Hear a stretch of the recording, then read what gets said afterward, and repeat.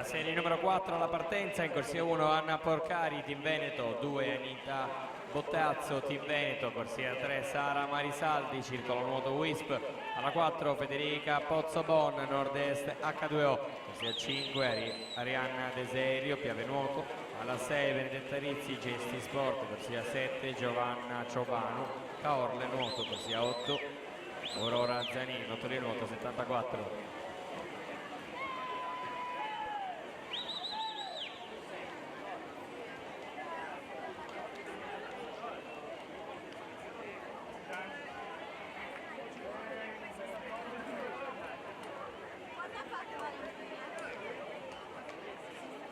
Tutte brave, io